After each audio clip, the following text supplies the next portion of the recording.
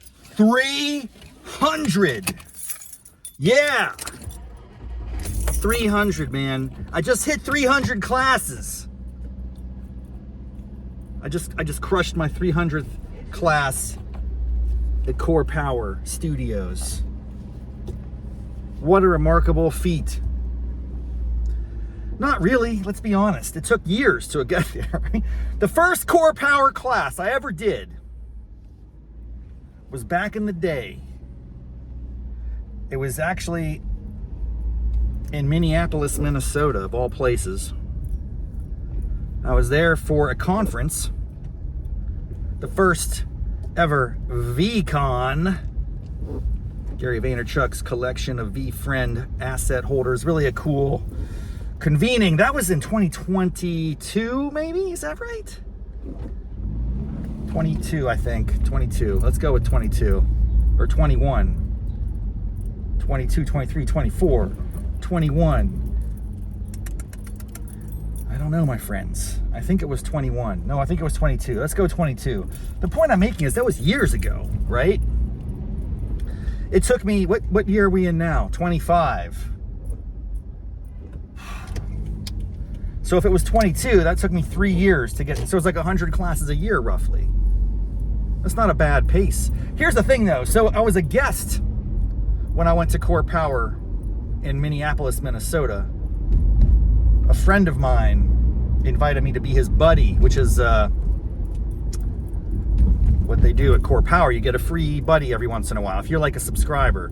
So we went to a crazy, like, it must have been a boot camp type class, and it crushed me.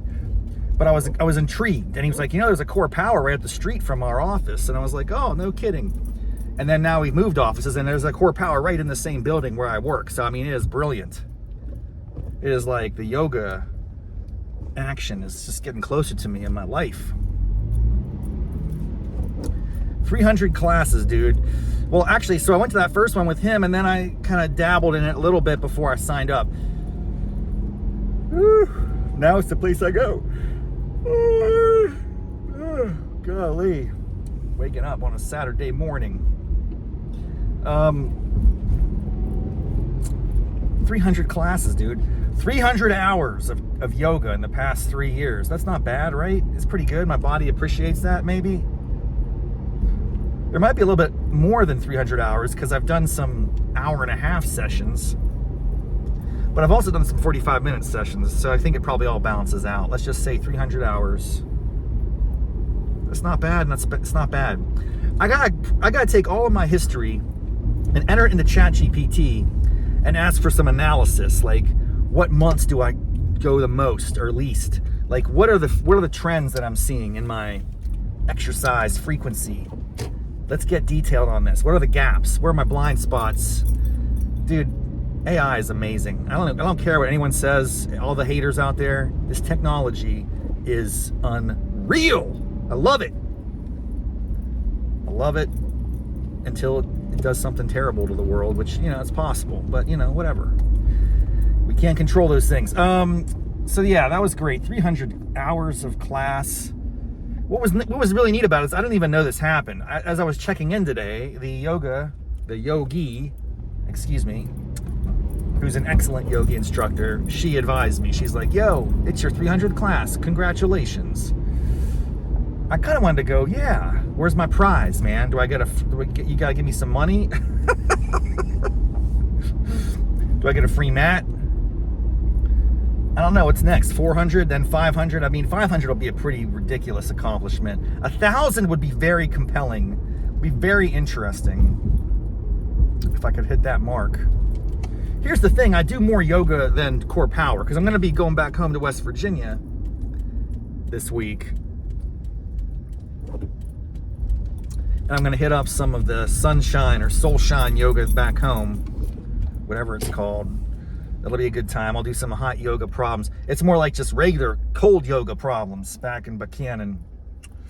But dude, okay, problem of the day. Let's just get back into this after I've just aggrandized myself. Yes, 300 classes. Congratulations. You're incredible. No human being could ever imagine that. Yeah, okay, it's a big deal.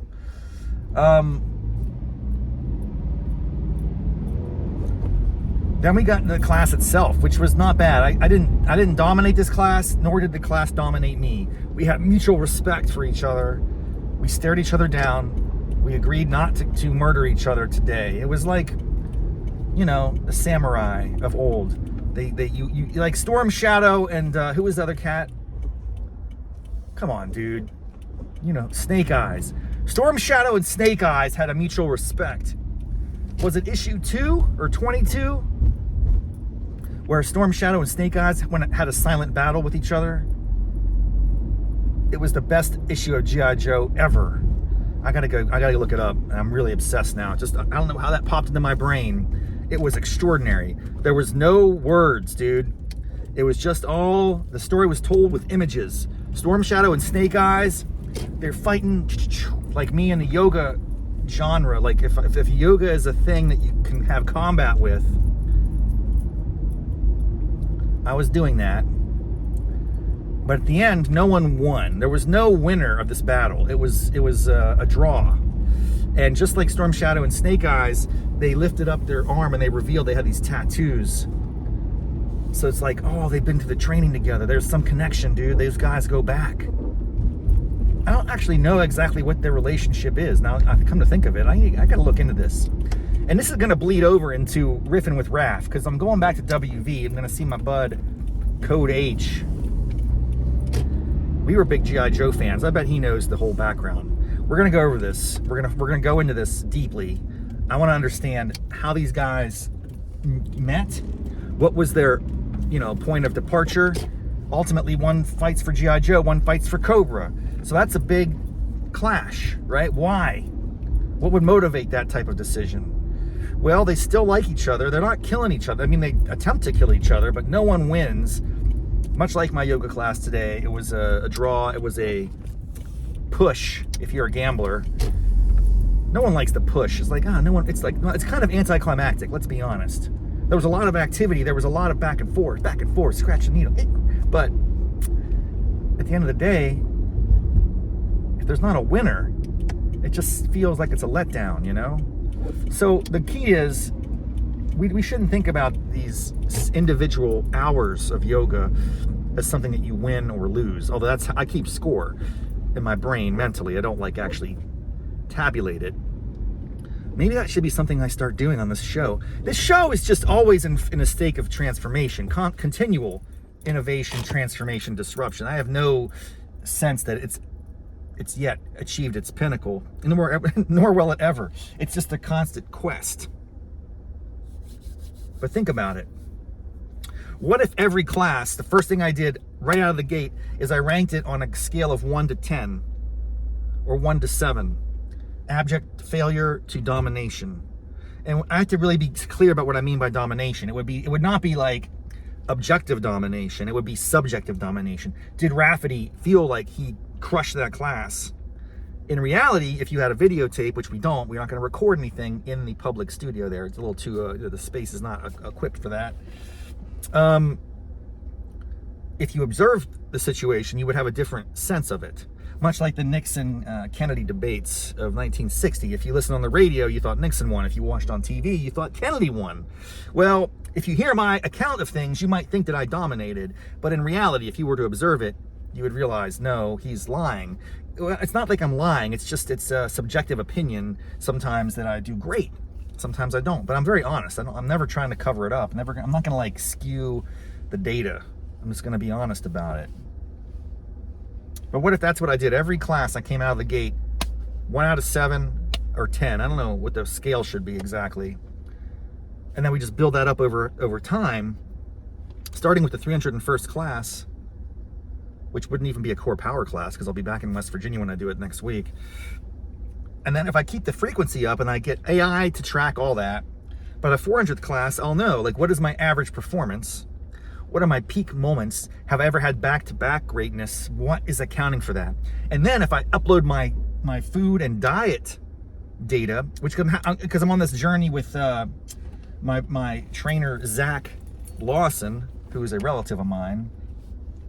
That's Riffing with Raff, Fitness at 50. All the streams come together. Then we collect the data and we understand, what did you eat the night before the yoga? And that corresponds with a higher score. Like, what is going on in the world that relates to your yoga capabilities? This could be interesting to me, just to know a little bit more about what goes into it. I wonder if I'd find anything counterintuitive about that. Would my scientific study reveal stuff that I don't know? Like, for instance, I bet my poor performing days would be, if I stayed up late the night before and I drank and ate like a slob.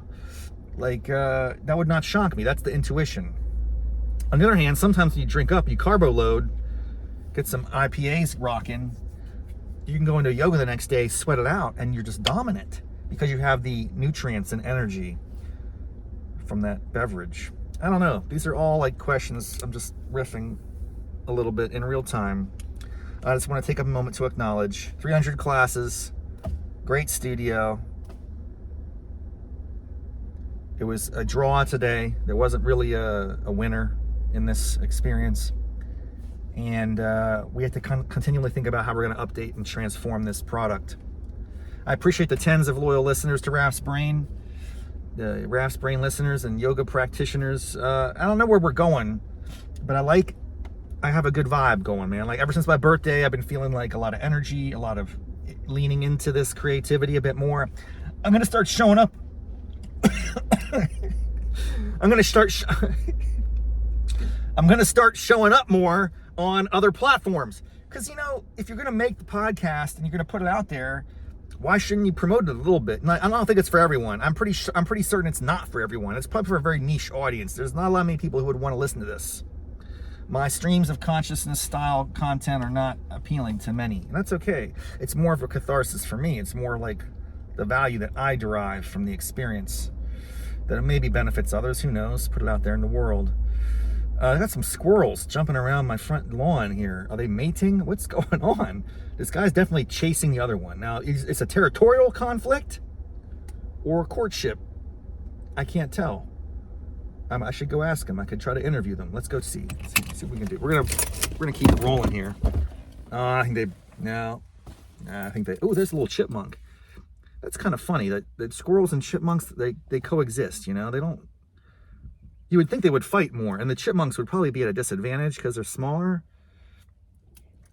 A squirrel fighting a chipmunk, I think the chipmunk's in trouble.